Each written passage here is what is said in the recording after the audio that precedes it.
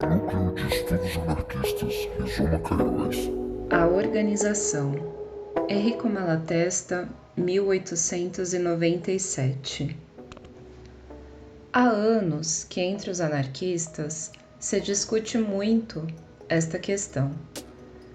E como acontece muitas vezes, quando entra a paixão numa discussão e a busca da verdade dá lugar à teimosia em ter razão, ou quando as discussões teóricas não passam de uma tentativa de justificar uma conduta prática inspirada por outros motivos, produziu-se uma grande confusão de ideias e de palavras.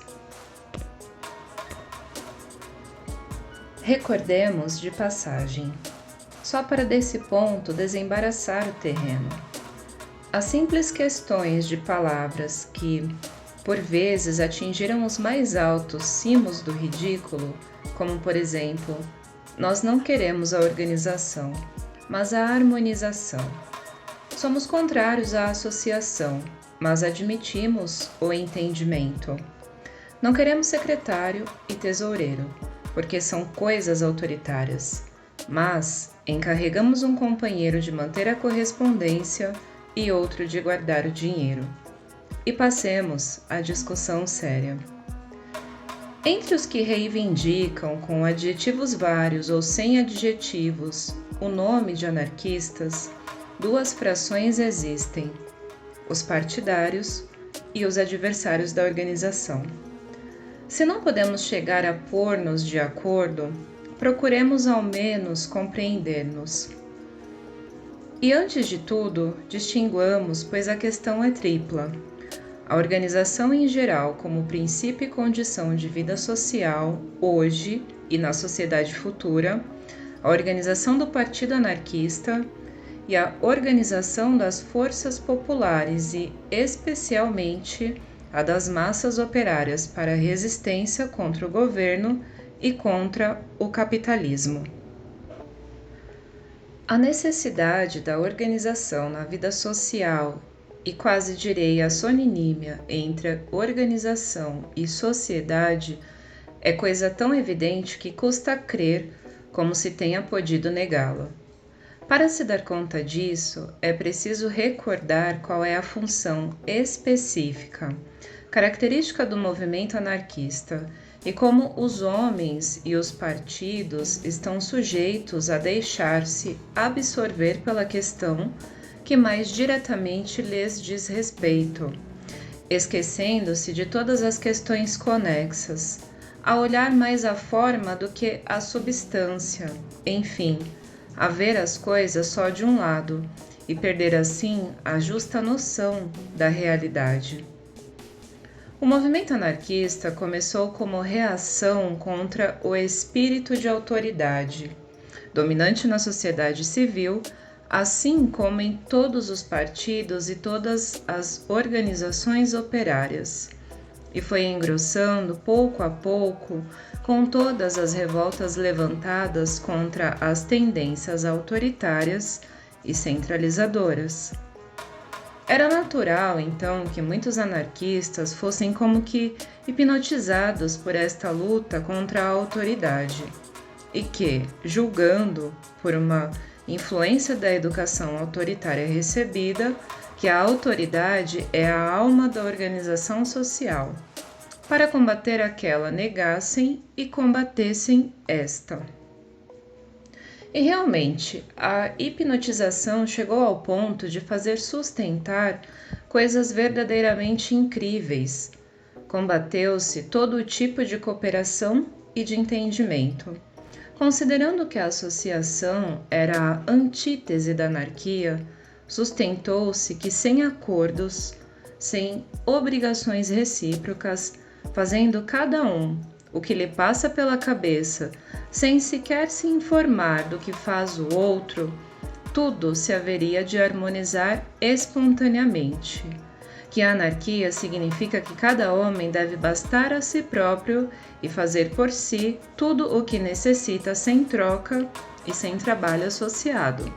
Que as ferrovias podiam funcionar perfeitamente sem organização E até que isso já acontecia na Inglaterra. Que o correio não era necessário e que quem de Paris quisesse escrever uma carta para São Petersburgo podia levá-la em pessoa, etc. e etc. Mas isso são tolices, dir-se-á, e não vale a pena dar-lhes relevo. Sim, mas essas tolices foram ditas, impressas, propagadas, foram acolhidas por grande parte do público como a expressão genuína das ideias anarquistas, e servem sempre como armas de combate aos adversários, burgueses ou não burgueses, que querem ter sobre nós uma vitória fácil.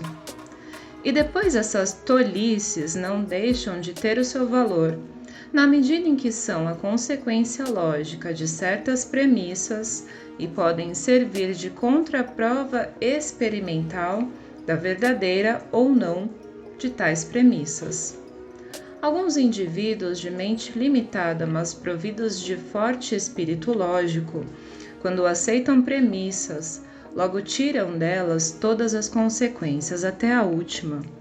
E, se assim quer a lógica, chegam imperturbáveis aos maiores absurdos, a negação dos fatos mais evidentes.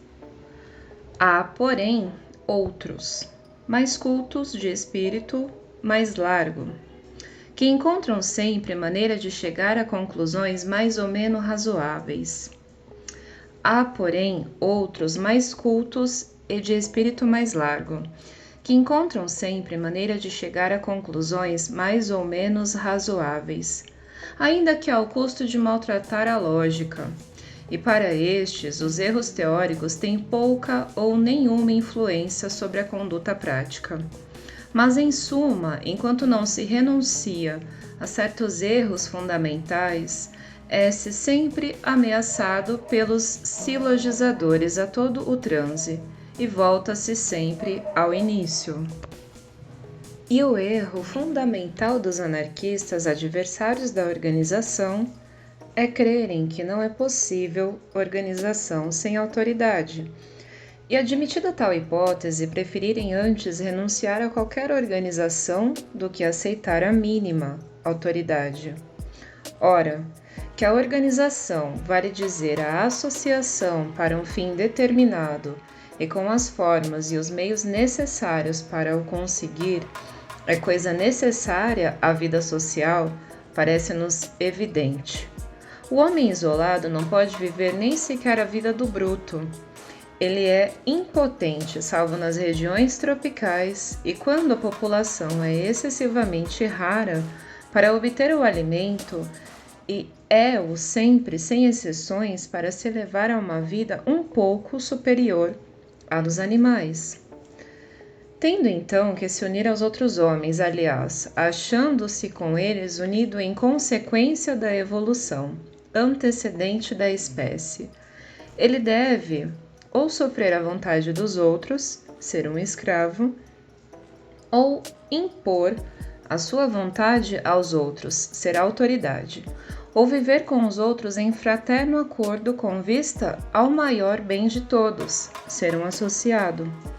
Ninguém se pode eximir desta necessidade, e os mais excessivos anti-organizadores não só sofrem a organização geral da sociedade em que vivem, mas também nos atos voluntários da sua vida, também nas suas revoltas contra a organização.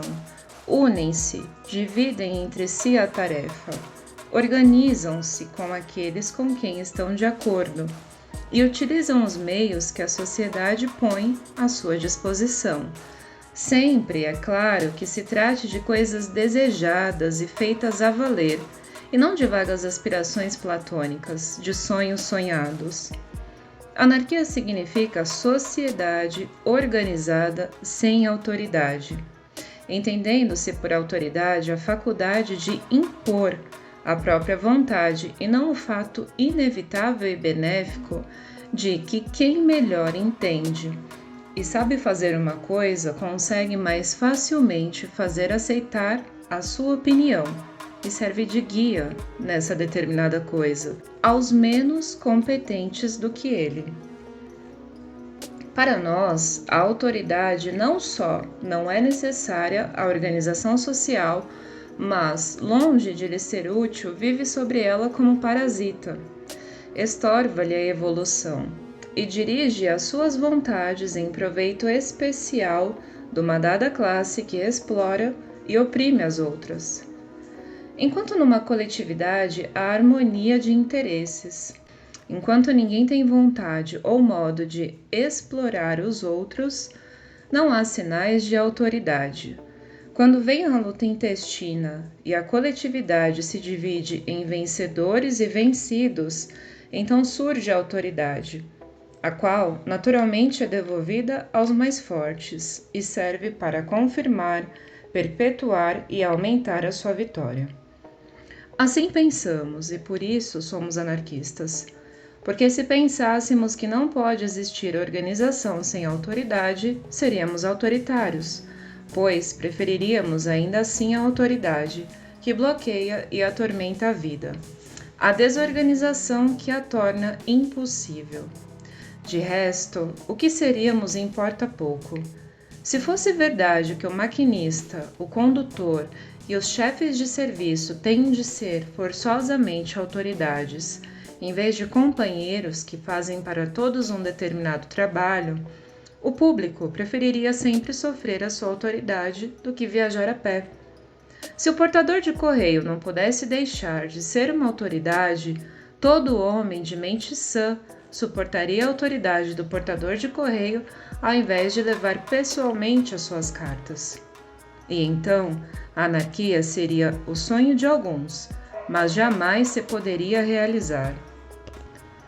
Admitida como possível a existência de uma coletividade organizada sem autoridade, isto é, sem coação, e para os anarquistas é necessário admiti-lo, porque de outro modo a anarquia não teria sentido. Passemos a falar da organização do Partido Anarquista. Também neste caso, a organização nos parece útil e necessária. Se partido significa o conjunto de indivíduos que têm um objetivo comum e se esforçam para o alcançar, é natural que eles se entendam, unam as suas forças, dividam entre si o trabalho e tomem todas as medidas estimadas necessárias para alcançar esse objetivo.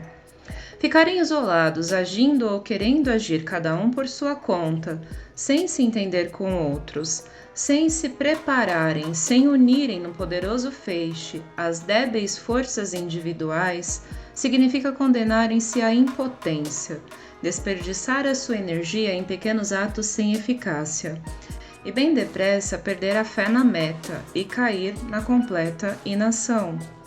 Mas também aqui a coisa parece-nos de tal modo evidente que, em vez de insistirmos na demonstração direta, procuraremos responder aos argumentos dos adversários da organização. E antes de tudo apresenta-se-nos a objeção, digamos assim, prévia. Mas de que partido nos falais? Dizem eles. Nós não somos um partido, nós não temos programa.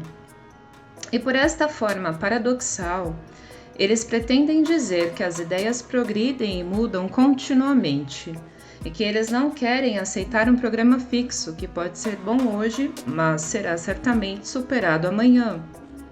Isso seria perfeitamente justo se tratasse de estudiosos que procuram a verdade sem cuidar das aplicações práticas. Um matemático, um químico, um psicólogo, um sociólogo podem dizer não terem programa ou só terem aquele de investigar a verdade. O que eles querem é conhecer e não fazer alguma coisa. Mas anarquia e socialismo não são ciências, são propósitos. Projetos que anarquistas e socialistas querem pôr em prática e que por isso precisam de ser formulados em programas determinados. A ciência, a arte das construções, progridem todos os dias, mas o engenheiro que quer construir ou mesmo demolir alguma coisa tem de fazer o seu plano, reunir os seus meios de ação e proceder como se a ciência e a arte tivessem parado no ponto em que ele as encontra quando dá início aos seus trabalhos. Pode muito bem acontecer que ele possa utilizar novos conhecimentos adquiridos no decurso do trabalho sem renunciar à parte essencial do seu plano. E pode suceder também que as novas descobertas e os novos meios criados pela indústria sejam tais que ele se veja na necessidade de abandonar tudo e recomeçar do zero.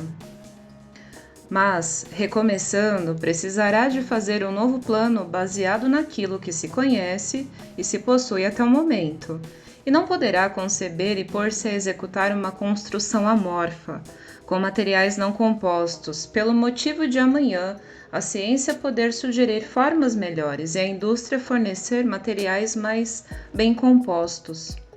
Nós entendemos por partido anarquista o conjunto daqueles que querem contribuir para realizar a anarquia, e que por isso necessitam de fixar um objetivo a atingir e uma via a percorrer. E deixamos de bom grado as suas elucubrações transcendentais, os amadores da verdade absoluta e do progresso contínuo, que nunca expondo suas ideias à prova dos fatos, acabam por não fazer nada e descobrir ainda menos. A outra objeção é que a organização cria chefes, autoridades. Se isso é verdade, isto é, se é verdade que os anarquistas são incapazes de se reunir e chegar a acordo entre si sem se submeterem a uma autoridade, isso quer dizer que eles são ainda muito pouco anarquistas e que antes de pensar em estabelecer a anarquia no mundo, devem pensar em tornar-se por eles próprios capazes de viver anarquicamente. Mas o remédio não estaria na não organização, e sim na madura consciência de cada membro. Certamente, se numa organização se deixa a cargo de poucos todo o trabalho e todas as responsabilidades, se suporta o que fazem esses poucos sem se pôr mãos à obra e procurar fazer melhor, esses poucos acabarão, ainda que não queiram, por substituir a sua vontade à da coletividade. Se numa organização os membros todos não cuidam de pensar, de querer, de perceber, de que lhes expliquem o que não percebem, de exercer sempre sobre tudo e sobre todos as suas faculdades críticas e deixam a poucos a tarefa de pensar por todos, esses poucos serão os chefes, as cabeças pensantes e dirigentes. Mas, repetimos, o remédio não está na não organização. Pelo contrário, nas pequenas como na grande sociedade, a força bruta que não pode entrar no nosso caso, a origem e a justificação da autoridade está na desorganização social.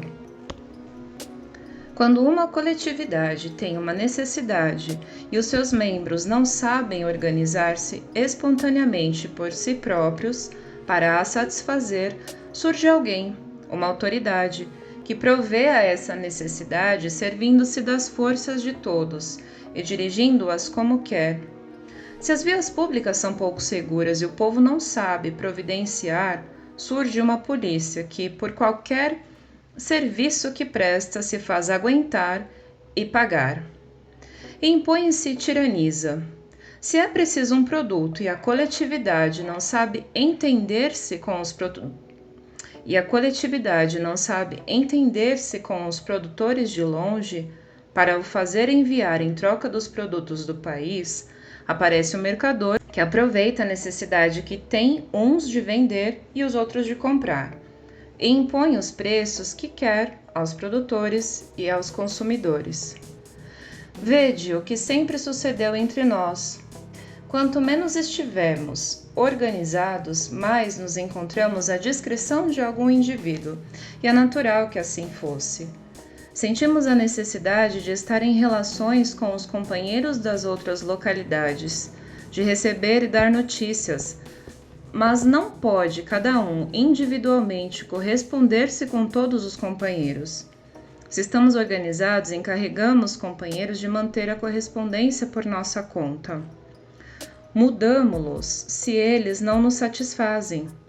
E podemos estar ao corrente de tudo sem depender das boas graças de alguém para ter uma notícia. Se ao invés estamos desorganizados, haverá um outro que terá os meios e a vontade de manter correspondência e centralizará nas suas mãos todas as relações. Comunicará ou não comunicará as notícias segundo bem entender e a quem bem entender. E se tiver atividade e inteligência suficientes, conseguirá a nossa revelia dar ao movimento a direção que quiser, sem que a nós, a massa do partido, reste algum meio de controle, e sem que ninguém tenha o direito de reclamar, pois aquele indivíduo age por sua conta, sem mandato de ninguém, e sem dever prestar contas a ninguém da sua atividade. Sentimos a necessidade de ter um jornal. Se estamos organizados, poderemos reunir meios para fundar e dar-lhe vida, encarregar alguns companheiros da redação e controlar a sua orientação. Os redatores do jornal dar-lhe-ão certamente, de modo mais ou menos acentuado, o cunho da sua personalidade, mas serão sempre pessoas que tenhamos escolhido e que podemos mudar se não nos contentarem. Se ao invés estamos desorganizados, alguém que tiver suficiente espírito de empreendimento fará o jornal por sua conta. Encontrará entre nós os correspondentes, os distribuidores, os assinantes, e far-nos-á concorrer para os seus fins, sem que o saibamos ou queiramos, e nós, como muitas vezes aconteceu, aceitaremos e apoiaremos esse jornal, ainda que não nos agrade. Ainda que o achemos nocivo à causa, porque seremos impotentes para fazer outro que melhor represente as nossas ideias. De modo que a organização, longe de criar a autoridade, é o único remédio contra ela e o único meio para que cada um de nós se habitue a tomar parte ativa e consciente no trabalho coletivo e deixe de ser instrumento passivo nas mãos dos chefes. Porque se não se fizer nada de nada e todos ficarem na completa inação, então certamente não haverá nem chefes nem subordinados, nem comandantes nem comandados, mas então acabarão a propaganda, o partido e até as discussões sobre a organização. Isto, esperamos, não é o ideal de ninguém. Mas uma organização, disse, supõe a obrigação de coordenar a ação própria com a dos outros, logo viola a liberdade, bloqueia a iniciativa. A nós parece que o que verdadeiramente tira a liberdade e impossibilita a iniciativa é o isolamento que reduz à impotência. A liberdade não é o direito abstrato, mas a possibilidade de fazer uma coisa. Isto é verdade entre nós, como é verdade na sociedade geral. É na cooperação dos homens que o homem acha os meios para exercer a sua atividade, o seu poder de iniciativa. Certamente, organização significa coordenação de forças para um fim comum e obrigação para os organizados de não fazerem coisa contrária ao objetivo. Mas quando se trata de organizações voluntárias, quando aqueles que estão na mesma organização têm verdadeiramente o mesmo objetivo e são partidários dos mesmos meios, a obrigação recíproca que compromete todos torna-se vantajosa para todos. E se alguém renuncia a alguma ideia sua particular em tributo à união, isso quer dizer que acha mais vantajoso renunciar a uma ideia, que ademais não poderia realizar sozinho, do que privar-se da cooperação dos outros nas coisas que julga de maior importância. Se depois um indivíduo acha que nenhuma das organizações existentes aceita suas ideias e os seus métodos no que tem de essencial, e que em nenhuma delas poderia exercer a sua individualidade como pretende, então fará bem em ficar de fora. Mas então, se não quiser permanecer inativo e impotente, tem de procurar outros indivíduos que pensem como ele e fazer-se iniciador de uma nova organização. Outra objeção, e é a última de que nos ocuparemos, é que, estando organizados, estamos mais expostos às perseguições do governo. A nós parece ao contrário. que quanto mais estivermos unidos, tanto mais eficazmente nos podemos defender.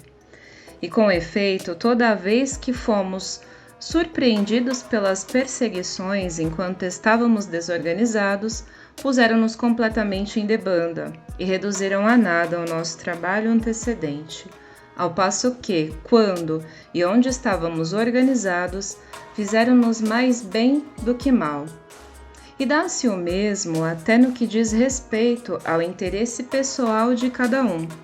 Baste o exemplo das últimas perseguições que atingiram os isolados tanto quanto os organizados, e talvez até mais gravemente.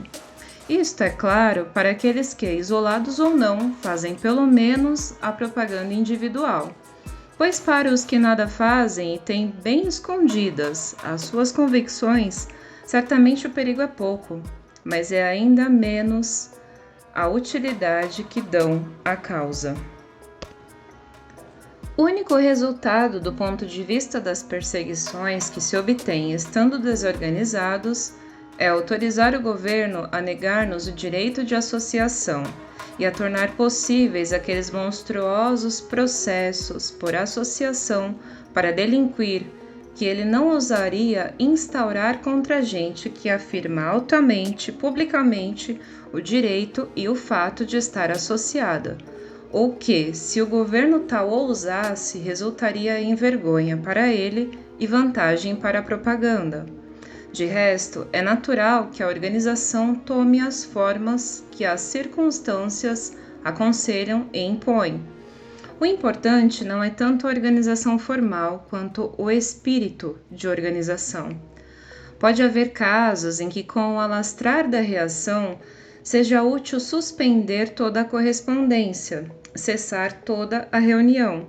Será sempre um dano, mas se a vontade de estar organizados subsistir, se continuar vivo o espírito de associação, se o período anterior de atividade coordenada tiver multiplicado as relações pessoais, produzido sólidas amizades e criado um verdadeiro acordo de ideias e de conduta entre os companheiros, então o trabalho dos indivíduos, mesmo que isolados, concorrerá para o fim comum, e depressa se encontrará maneira de reunir de novo e reparar o dano sofrido. Somos como um exército em guerra, e podemos, conforme o terreno e as medidas tomadas pelos membros do mesmo exército, que obedeçamos todos às mesmas ideias diretrizes e estejamos sempre prontos a reunir-nos em colunas compactas quando necessário e se possível. Tudo isto que dissemos é para aqueles companheiros que realmente são adversários do princípio de organização. Aqueles que combatem a organização só porque não querem entrar ou não são aceites numa determinada organização, e porque não simpatizam com os indivíduos que dela fazem parte, nós dizemos: fazei vós com os que convosco estão de acordo, outra organização. Nós gostaríamos, por certo, de caminhar todos de acordo e reunir num feixe poderoso todas as forças do anarquismo, mas não cremos na solidez das organizações feitas à força de concessões e de subentendidos e onde não haja entre os membros acordo e simpatia reais. Melhor desunidos do que mal unidos, porém gostaríamos que cada um se unisse com seus amigos e não houvesse forças isoladas, forças perdidas. Resta-nos falar da organização das massas operárias para a resistência contra o governo e os patrões. Já o repetimos, sem organização livre ou imposta, não pode haver sociedade. Sem organização consciente e voluntária, não pode haver nem liberdade, nem garantia de que os interesses dos que vivem em sociedade serão respeitados. E quem não se organiza, quem não procura a cooperação dos outros e não oferece sua em condições de reciprocidade e de solidariedade, coloca-se necessariamente em estado de inferioridade. E é como roda inconsciente do mecanismo social que outros movem a seu modo e em sua vantagem. Os trabalhadores são explorados e oprimidos porque, estando desorganizados para tudo quanto respeita a proteção dos seus interesses, são forçados pela fome ou pela violência brutal a fazer como querem os dominadores, em cujo proveito é organizada a presente sociedade e fornecem eles próprios a força, soldados e capital, que serve para os manter sujeitos. Nem poderão jamais emancipar-se enquanto não encontrarem na união a força moral, a força econômica e a força física necessárias para erradicar a força organizada dos opressores.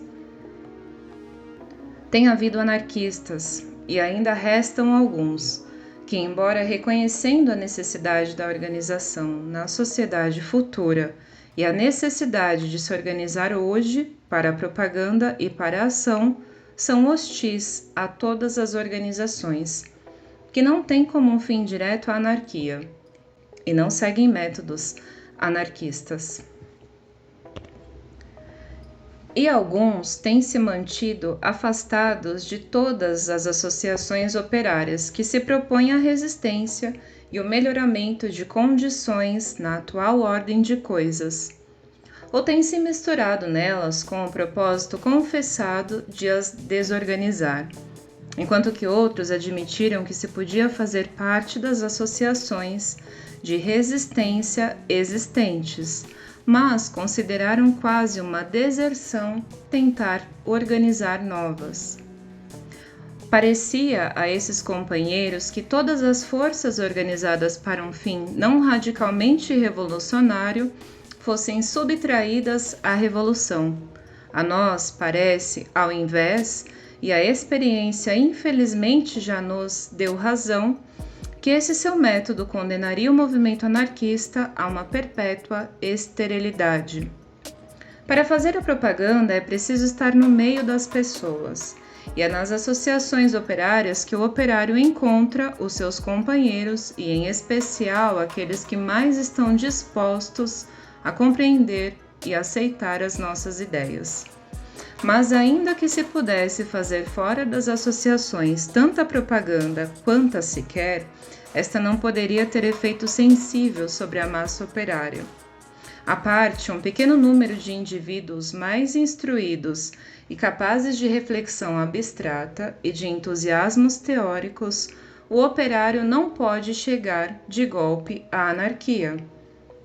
Para se tornar anarquista a sério, e não somente de nome, é preciso que ele comece a sentir a solidariedade que o liga aos seus companheiros, que aprenda a cooperar com os outros na defesa dos interesses comuns, e que, lutando contra os patrões e contra o governo que os defende, compreenda que patrões e governos são parasitas inúteis, e que os trabalhadores poderiam conduzir por si próprios a sociedade.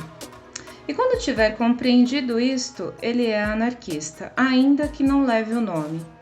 Ademais, favorecer as organizações populares de toda a espécie é consequência lógica das nossas ideias fundamentais e deveria por isso ser parte integrante do nosso programa.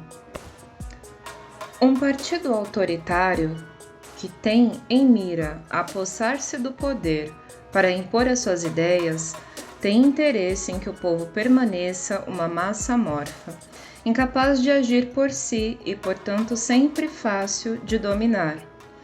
E por isso, logicamente, não deve desejar mais do que aquele tanto de organização e daquele gênero que importa para chegar ao poder.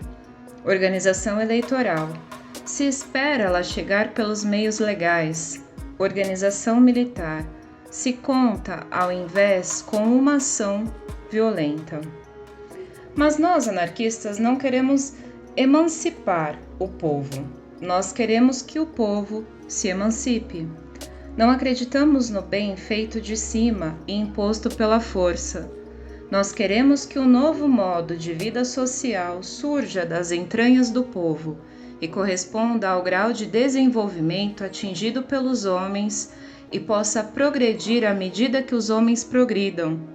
A nós importa, portanto, que todos os interesses e todas as opiniões encontrem numa organização consciente a possibilidade de se fazer valer e de influir sobre a vida coletiva em proporção com a sua importância. Nós tomamos a tarefa de lutar contra a presente organização social e de derrubar os obstáculos que se opõem ao advento de uma sociedade na qual liberdade e bem-estar sejam assegurados a todos. Para alcançar este fim, unimo-nos em partido e procuramos tornar-nos os mais numerosos e os mais fortes que seja possível. Mas se de organizado só houvesse o nosso partido, se os trabalhadores ficassem isolados como unidades indiferentes umas às outras e só ligados pelo grilhão comum, se nós próprios, além de estarmos organizados em partido enquanto anarquistas, não estivéssemos organizados com os trabalhadores enquanto trabalhadores, nada poderíamos conseguir. Ou, no mais favorável dos casos, só poderíamos impor-nos. E então, já não seria o triunfo da anarquia, mas o nosso. Então, poderíamos chamar-nos anarquistas, mas na realidade passaríamos de simples governantes e seríamos impotentes para o bem, como são todos os governantes. Fala-se muitas vezes de revolução, e com essa palavra pensa-se ter resolvido todas as dificuldades. Mas que coisa deve ser, que coisa pode ser esta revolução que nós invocamos? Derrubar os poderes constituídos e declarar caduco o direito de propriedade. Está bem, isto pode fazê-lo um partido, e de novo é preciso que esse partido, além das suas próprias forças, conte com a simpatia das massas e com uma suficiente preparação da opinião pública. Mas depois, a vida social não admite interrupções. Durante a revolução ou insurreição, como se queira dizer, e logo depois, é preciso comer, vestir, viajar, imprimir, tratar os doentes, etc, etc. E estas coisas não se fazem por si próprias. Hoje, obrigam-nas a fazer o governo e os capitalistas para delas tirarem proveito. Expulsos o governo e os capitalistas, é preciso que os operários as façam por si em proveito de todos, ou de outro modo sobreviverão com um nome ou com outro, novos governos e novos capitalistas. E como poderiam os operários prover as necessidades urgentes se não estivessem já habituados a reunir-se e a tratar juntos dos interesses comuns, e não estivessem de certo modo já prontos para receber a herança da velha sociedade? No dia a seguir aquele em que numa cidade os negociantes de trigo e os patrões padeiros tiverem perdido seus direitos de propriedade e portanto o interesse em abastecer o mercado, é preciso que se encontre nos armazéns o pão necessário para a alimentação pública. Quem pensará nisso se os trabalhadores forneiros não estiverem já associados e prontos para fazer sem os patrões e si, à espera precisamente da revolução, não tiverem pensado antes em calcular as necessidades da cidade e os meios para a satisfazer? Não pretendemos com isto dizer que para fazer a revolução é preciso esperar que todos os operários estejam organizados. Isso seria impossível, vistas as condições do proletariado. Infelizmente, não é necessário, mas é preciso pelo menos que existam os núcleos em torno dos quais se possam rapidamente reagrupar as massas, logo que estiverem libertas do peso que as oprime. Porque se é utopia querer fazer a revolução quando estiverem todos prontos e todos de acordo, é uma utopia ainda maior querer fazê-la com nada e com ninguém. Há uma medida em tudo. Entretanto, trabalhemos para que cresçam o mais possível as forças conscientes e organizadas do proletariado. O resto virá por si.